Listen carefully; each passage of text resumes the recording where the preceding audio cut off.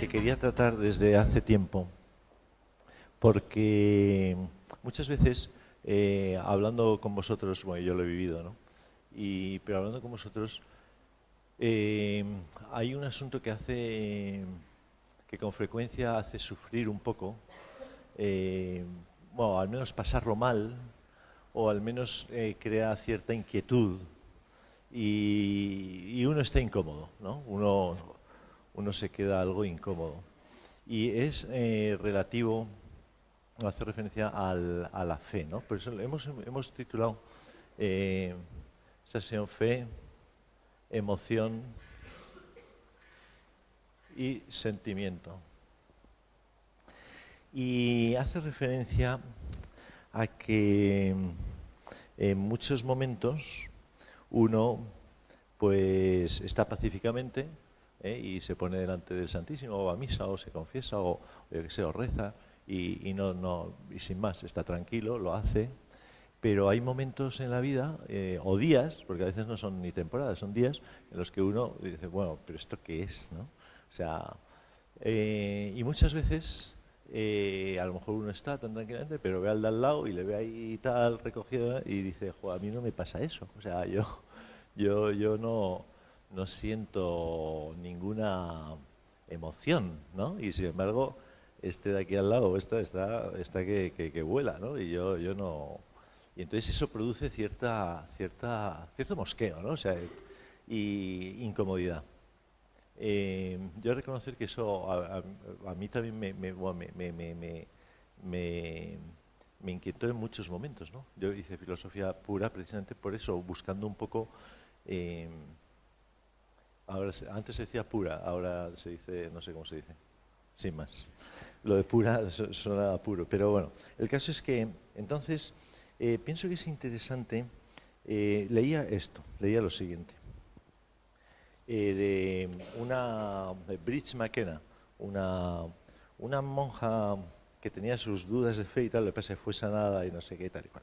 Entonces, en un momento ella eh, dice esto, dice, la gente empezó a venir a mí diciendo, no siento nada en la misa, es absurda, saco mucho más provecho cuando voy a un grupo de oración que está lleno de vida y me hace sentir tan bien.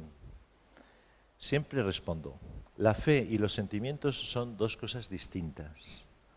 No hay lugar en la palabra de Dios donde Jesús dijo, por vuestros sentimientos seréis salvados, o por vuestros sentimientos seréis sanados. Él ensalzó la fe de la gente. La fe es creer en lo que no vemos. Jesús dijo, bienaventurados los que creen sin haber visto. Entonces añade, esto es un gran reto para nosotros como católicos.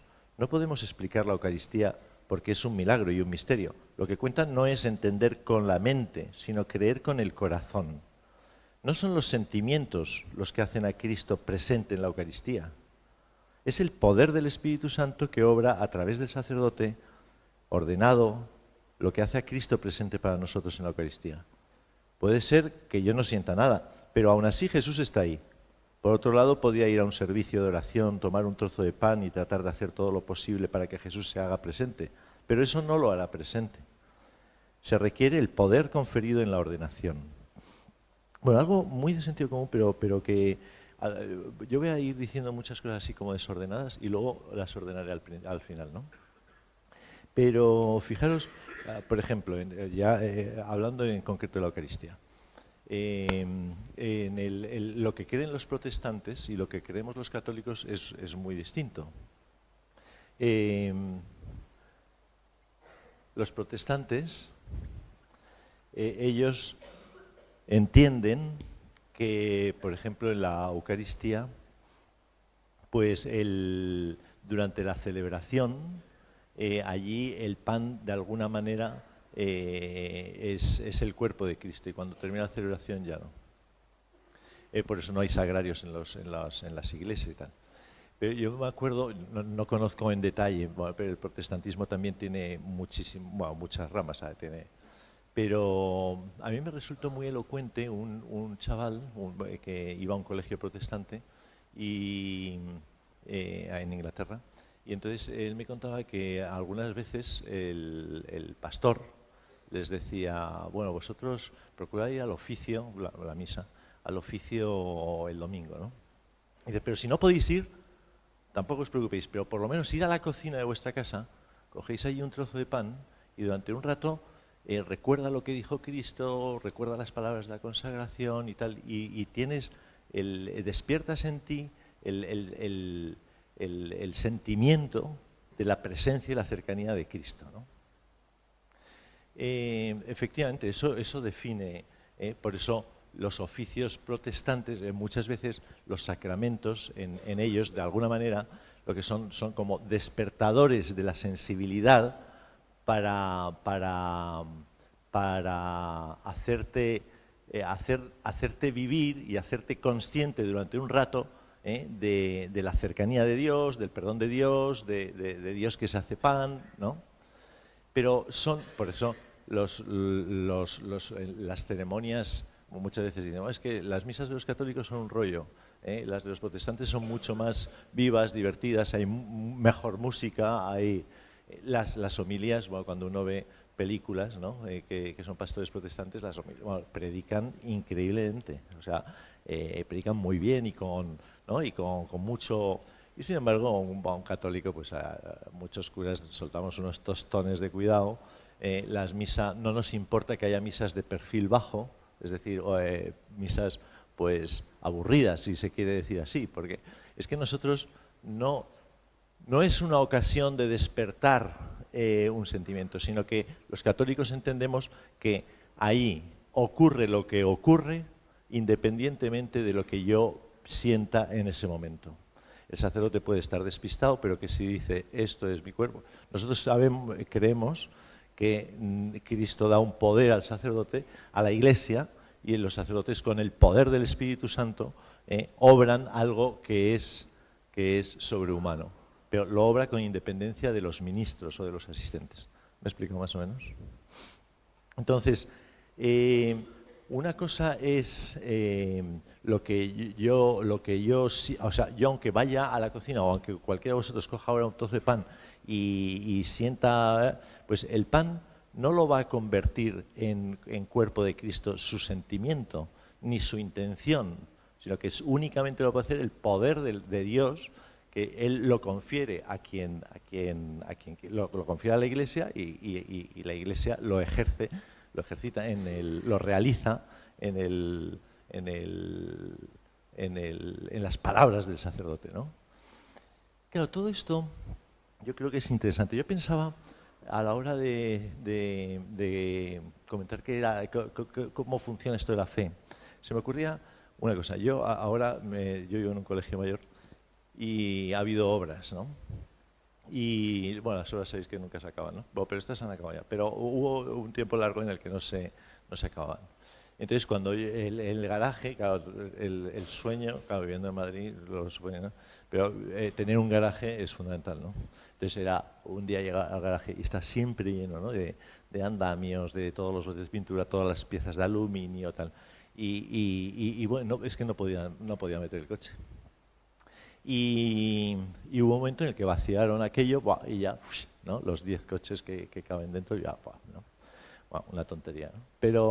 Pero es una imagen, a mí se me ocurre, pienso, que el corazón, que la semana pasada hablamos del corazón, ¿no? O sea, de ese espacio, de ese mundo interior en el que realmente reside mi verdadero yo, ¿no? El corazón. Pues el corazón, podríamos decir que es como un espacio, un garaje, bueno, por cosificarlo, meterlo en las dimensiones, como un lugar en el que yo doy acceso a las realidades que decido dar acceso. Es decir, yo tengo, en mi corazón tiene la capacidad de introducir realidades, las realidades que van a dibujar o a determinar, a forjar mi existencia. ¿Me explico? O sea, yo tengo la capacidad de decidir qué realidades van a entrar en mi interior y de acuerdo con las realidades que yo admita voy a desarrollar mi vida, ¿no?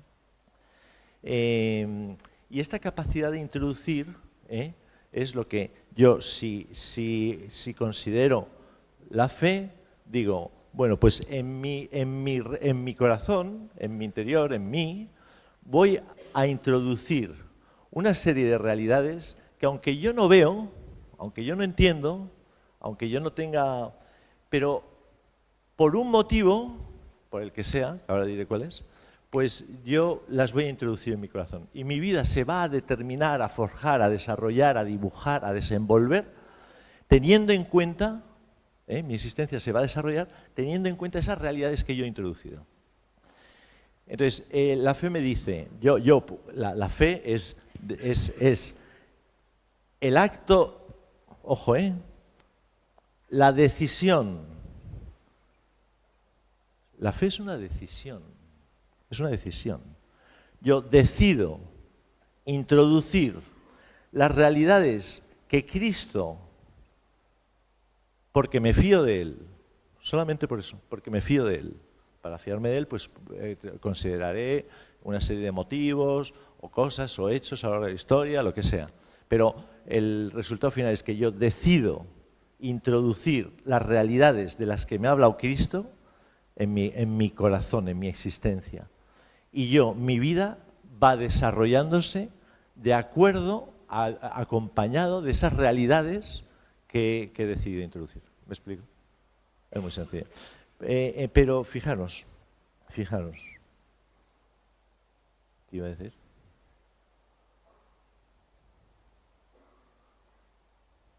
Uy, ya no me acuerdo, pero da igual.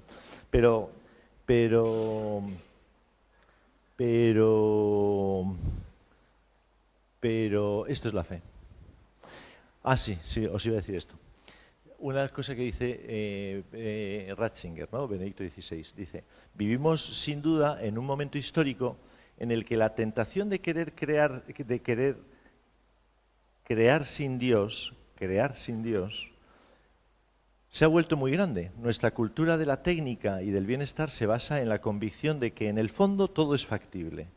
Naturalmente, si pensamos así, la vida termina en lo que nosotros podemos hacer, construir y demostrar. Es decir, que yo puedo también decido,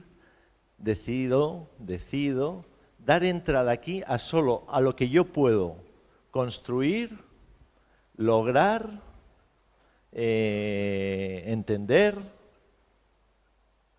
o crear, ¿no? Entonces, yo en mi corazón introduzco solo aquellas cosas que veo posibles a partir de mí. O sea, que me parecen razonables. Si no es razonable, si yo no lo entiendo, no lo introduzco. Si yo no lo puedo conseguir, no lo introduzco. Si yo no lo puedo controlar, si yo no lo puedo crear, no lo introduzco.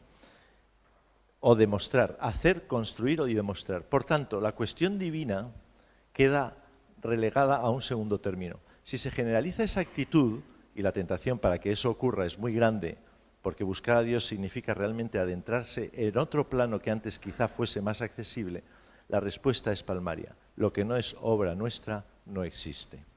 Yo puedo, en mi corazón, en este garaje, decir, solo van a entrar las cosas que yo pueda demostrar, las que yo pueda construir, y la otra que era, y hacer. Entonces, y esto, bueno, pero incluso, bueno, en términos generales, pero incluso muchas veces los cristianos podemos caer en esto solo que introduciendo algunas verdades de fe. Pues yo creo que puedo cambiar de vida, o que puedo orar, o que puedo ser perdonado, pero depende de lo que yo haga, conseguir hacer oración. Pero si yo lo puedo construir y tal, esto lo entiendo, pero esto que dice la Iglesia o que dice Cristo, pues yo no lo puedo demostrar, entonces tengo mis reservas, ¿no? O sea, muchas veces aplicamos el criterio de la ciencia o del mundo, de la mentalidad moderna, lo aplicamos y entonces es cuando empezamos a hacer cribas de fe, ¿no? Me explico, ¿no? Entonces, fijaros que entonces lo que ocurre, os voy a leer una cosa que dice esta mujer, ¿no? Que dice, acudimos, esto es muy interesante, la misma Bridge, ¿no? En un momento, dice, acudimos a la Eucaristía, dice ella, solo, no veo, solo físicamente,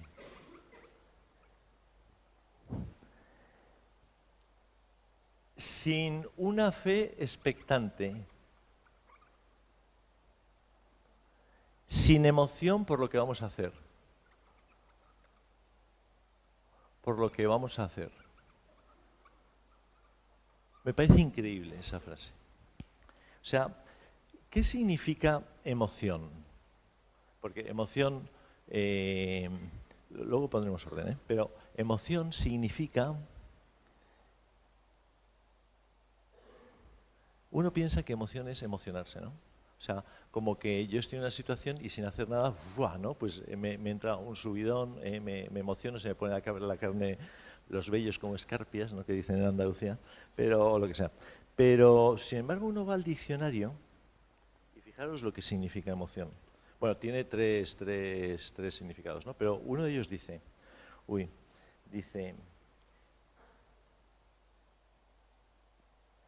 dice, interés expectante o ansioso con que el sujeto participa en algo que está ocurriendo.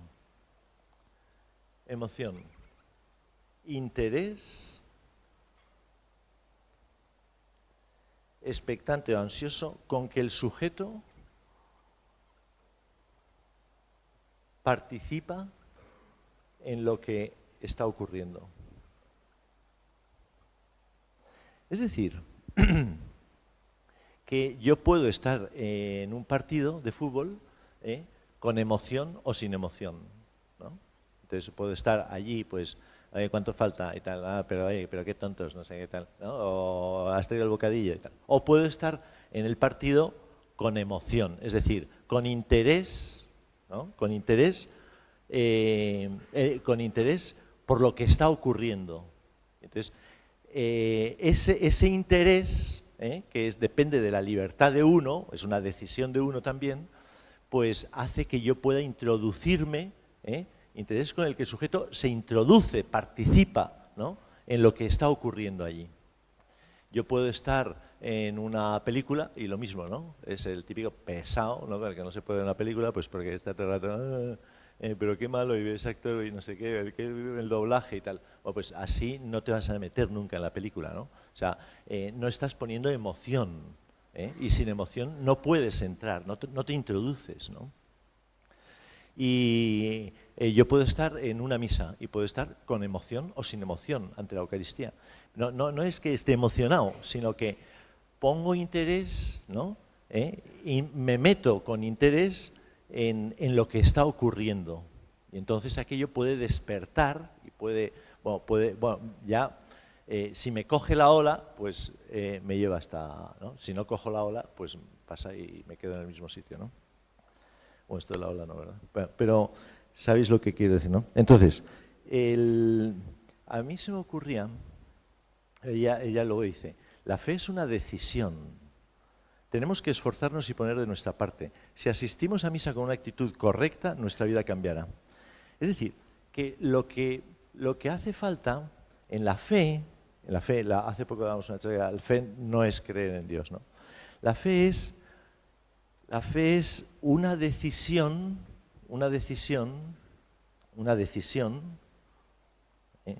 que me hace tomar una actitud, esta capacidad de introducir que va determinando mi forma de tal. Pero yo asisto y vivo las cosas con una actitud determinada. Pero hace falta esa actitud. Dice, Bueno, ya está. Dice, él es el mismo Jesús de ayer, hoy y siempre. Es el Jesús que sanó en el Evangelio, así que debe estar cumpliendo sus promesas y respondiendo a las necesidades de su pueblo. Él sigue cumpliendo sus promesas, pero hace falta que encuentre en mí, en mi corazón, una actitud por la que yo decido admitir, introducir en mi corazón una serie de realidades de las que él ha hablado. Entonces, fijaros que el lugar de la mente no es, ¿qué hora es? No es determinante, ¿no? Como dice Santa Teresa, dice, cuando te pongas a rezar, dice, detén el entendimiento.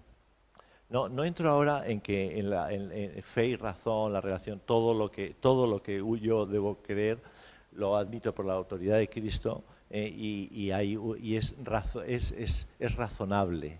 Todo lo que admito es razonable, porque aunque yo no lo pueda razonar, aunque no sea razonado, es razonable. Pero ahí no entramos. Entonces, yo os quería decir ahora 10 palabras que recogen un poco de lo que ha salido, pero que pueden servir para situarse uno, ¿no? Mira, la primera de ellas es fe, ¿no? Fe, que es un acto de decisión, ¿no? Por el que yo determino lo que hemos dicho antes, ¿no? Por el que yo introduzco en mi corazón, no en mi mente sí, pero sobre todo en mi corazón, una serie de las verdades, las realidades, de las que yo no puedo tener una experiencia directa, pero que Cristo me las ha dicho y yo las creo. Por otro lado, emoción. Y la emoción es precisamente eso, o sea, el interés con el que yo me introduzco en lo que está ocurriendo, ¿no? Por otro lado, sentimiento. Y el sentimiento puede estar presente o puede no estar presente. El sentimiento es esa reacción físico-anímica, ¿no?, que despierta en mí una situación o una realidad. Entonces, normalmente este sentimiento no está gobernado por nada, ¿no? Y es muy bueno el sentimiento, pero no es el que me dice, no, o sea, no es el que me habla de las verdades, ¿no?, sino que es algo una reacción que acompaña de un modo o de otro ante una experiencia. El sentimiento puede ser contrario a la fe y contrario a la emoción. Por ejemplo, todos sabéis de Teresa de Calcuta, cómo ella pasó muchos años de su vida sintiendo, ella lo dice así, yo siento que Dios no existe, siento que Dios no es bueno, siento que no hay cielo ni infierno. Pero ese es el modo en el que ella, su sensibilidad en ese momento le lleva por ahí. Pero ella ha decidido admitir eso porque Cristo lo dice. Y aunque ponga emoción, y vive con emoción, porque ella va contando muchas veces cómo en la misa o en la caridad o cuando ve un enfermo, cómo que ver ahí a Cristo y se vuelca como si fuese Cristo. No está sintiendo que ese sea Cristo, pero ha decidido y pone emoción. Y su vida va construyéndola de acuerdo a esas verdades que él ha introducido, ¿no? Me explico, o sea, Teresita de Lisieux lo mismo, o sea, pasa unas temporadas largas en las que nada, o sea, y cualquiera de nosotros hay momentos y momentos, ¿no? Otra cosa, la cuarta palabra que yo quería poneros aquí es la experiencia, o sea, fe, emoción, sentimiento, experiencia. Cuando yo voy construyendo a partir de la decisión, poniendo emoción, con independencia de los sentimientos, acompañado a veces no, pero yo tengo la experiencia de una realidad. Es distinto sentir que tener la experiencia. O sea, por ejemplo, cuando uno está delante del Santísimo, o está delante de la confesión, o está en cualquier realidad de estas sobrenaturales que uno no entiende, no es que yo en ese momento vea clarísimo con mi mente que ahí está Dios. sino que yo tengo la conciencia de que hay una realidad aquí, que es la presencia de Dios en este pan. Pero es la conciencia pacífica de una realidad. Es distinto. Entonces, y a veces voy teniendo experiencia del perdón, experiencia de la adoración, experiencia de la paz de Dios, experiencia de la alegría. Voy teniendo distintas experiencias que me van acompañando, que no son del primer día, sino que son cuando en el corazón realmente van echando raíces esas verdades, que ya no solo es que la mente, no solo es que la abra el corazón, sino que ya va cuajando. Entonces voy teniendo esas experiencias. Y pones cara como que no se entiende nada, ¿no? ¿Sí? ¿Se entiende algo? ¿Sí? O sea, bien, fe, emoción, sentimiento, experiencia. La cuarta, la cuarta que quería decir es la duda. O sea, la duda es tener dudas. Yo hace poco a uno le decía, yo muchos días cuando celebro misa me asalta la duda. ¿Esto qué es? O sea, ¿qué estoy haciendo? Y estoy aquí, Cristo, la última. Pero es que es lo lógico. O sea, yo tengo una razón, yo soy un ser racional. Y entonces la razón, de vez en cuando, lógicamente, se cabrea, se revela y dice, oye, pero vamos a ver, ¿qué estás haciendo?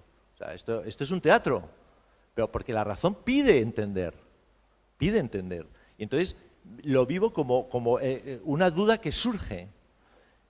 Pero esa duda es sencillamente que la razón está levantando la bandera y diciendo, oye, por favor, pero que esto es de locos, ¿no?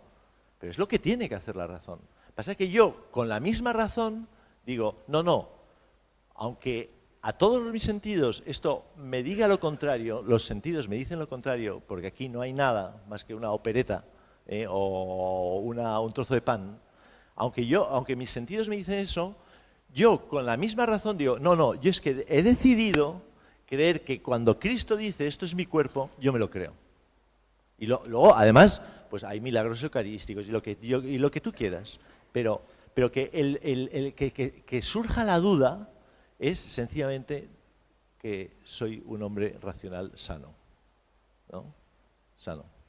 Entonces, y fijaros lo que dice Benedicto XVI cuando dice, la fe nunca está sencillamente ahí, ¿eh? Nunca está sencillamente ahí. Hoy yo creo y ya está, y hasta que me muero ya creo y ala. De forma que yo pueda decir a partir de un momento determinado que yo la tengo y otros no. Yo tengo fe, y ya está. Ya lo hemos comentado, es algo vivo que incluye a la persona entera, razón, voluntad, sentimiento, en toda su dimensión. Entonces cada vez puede arraigar más profundamente en la vida, cada vez puede arraigar más y dando experiencias. De forma que mi existencia se torne más y más idéntica a mi fe, pero a pesar de todo nunca es una mera posesión. La persona conserva siempre la posibilidad de ceder a la tendencia opuesta y caer. O sea, la duda siempre está. Y sigue, la fe sigue siendo un camino. Mientras vivimos estamos de camino, de ahí que se vea amenazada y acosada una y otra vez. Y también es curativo que no se convierta en una ideología manipulable. Que no me endurezca ni me incapacite para pensar y padecer junto al hermano que pregunta, que duda. La fe solo puede madurar soportando de nuevo y aceptando en todas las etapas de la vida el acoso y el poder de la falta de fe. Y en definitiva, trascendiéndolos para transitar por una nueva época. O sea, a lo largo de la vida, una época u otra, voy a sentir siempre acosos. El Evangelio de hoy, los que lo recordéis o lo hayáis oído, y si no, pero es un centurión que va y le dice, Señor, que cura a mi hijo, ¿quién es? No me acuerdo, cura a mi hijo y tal, que está endemoniado. Y entonces le dice, pero ¿tú crees? Y le dice, no sé si es centurión o quién es un tío.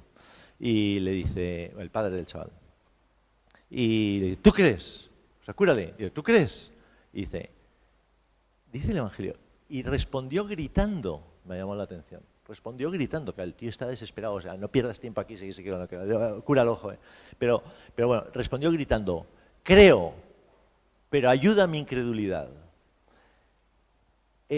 Lo que está claro es que fe e incredulidad pueden habitar en el mismo corazón. O sea, yo creo, pero a la vez sé que todavía soy incrédulo, ¿no? Entonces, es un camino, Esa es la otra palabra que quería poner. La fe es un camino.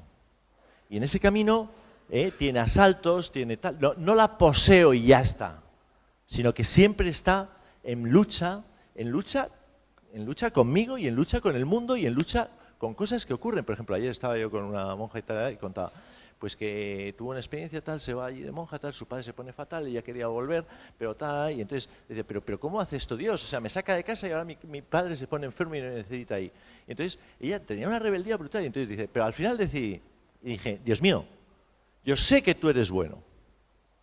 Aunque lo que está ocurriendo me parece que es una insensatez y que tú o tienes mala idea o se te ha escapado esto de las manos, se te ha ido, has tenido un fallo, o eres malvado o eres tonto, más o menos le estaba diciendo. O eres malvado o eres tonto. Tonto no eres, por lo tanto eres malvado. Pero aunque me parece que eres malvado y los hechos me dicen que tú eres malvado, yo afirmo que tú eres bueno y confío en ti.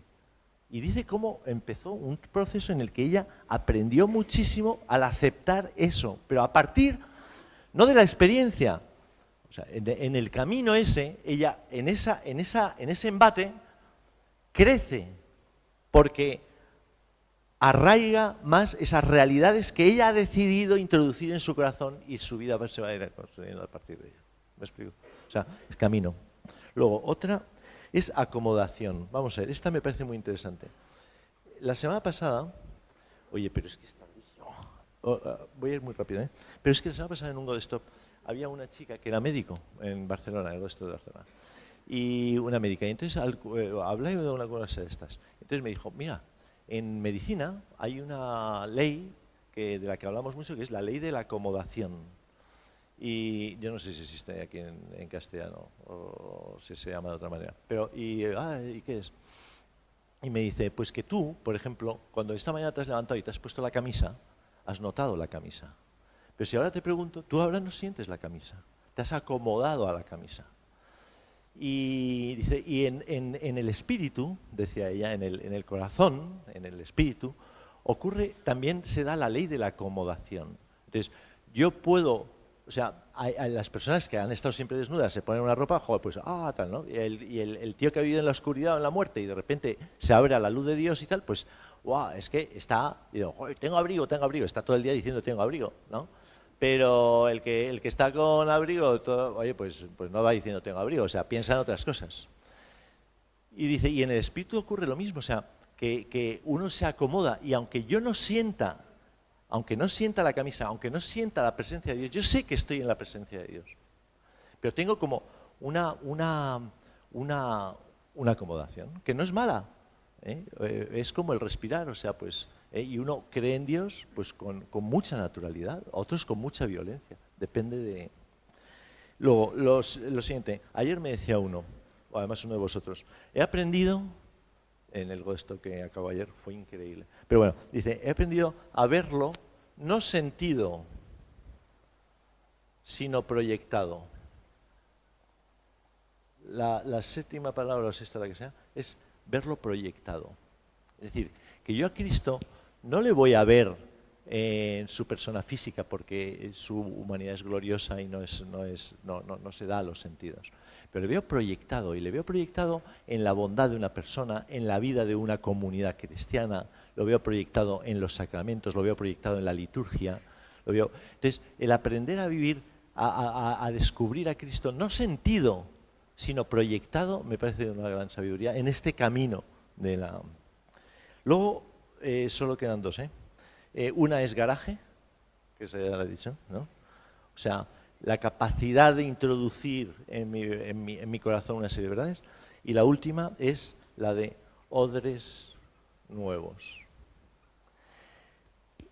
Hace falta que cada vez que yo me enfrento a una realidad sobrenatural, a una realidad, a cualquiera de las verdades, la inhabitación del Espíritu Santo, la comunión, el perdón del pecado, un Padre Nuestro, a la realidad que sea, que me acerque con odre nuevo. Jesús dice, no echéis vino nuevo en odres viejos.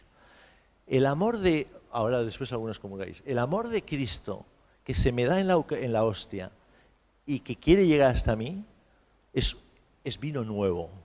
Yo no puedo ir con el corazón de ayer o el corazón de la primera comunión a recibirle, sino que poner emoción es ofrecer un odre nuevo, un odre de hoy a esa comunión, Señor. O sea, tener ese esfuerzo de siempre recibir toda realidad sobrenatural, toda verdad sobrenatural en un odre que está renovado, ¿no? Porque que es lo contrario a la rutina. La rutina es la que va apagando, ¿no? Y saca la emoción.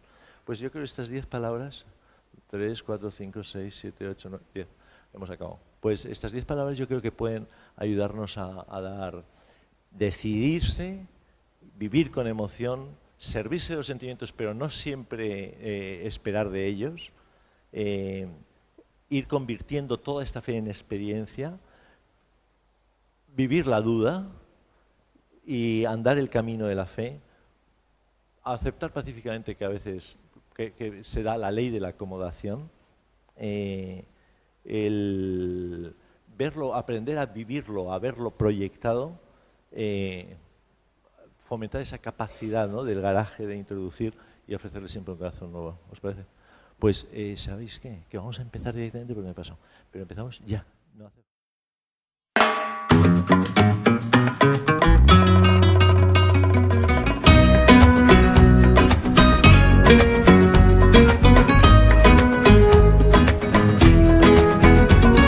Deseo ser la luz que ilumine, deseo ser la sal que dé sabor, deseo ser el trigo que si muere, deseo ser el manantial de tu calor. Deseo ser un niño manso y humilde de corazón, ser siempre el último y no el primero, ser escándalo para el mundo, cargar sobre mis hombros la abeja perdida el mar adentro y echar las redes en tu nombre y que no se pierda nadie.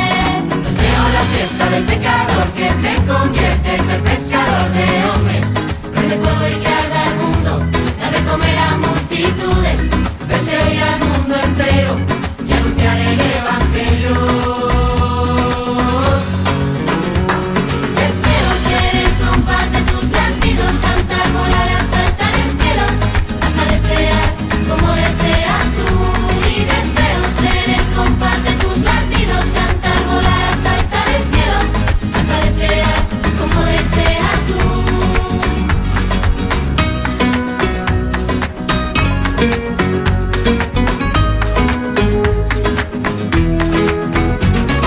Deseo no tener donde reclinar la cabeza, deseo no ser servido, sino servir.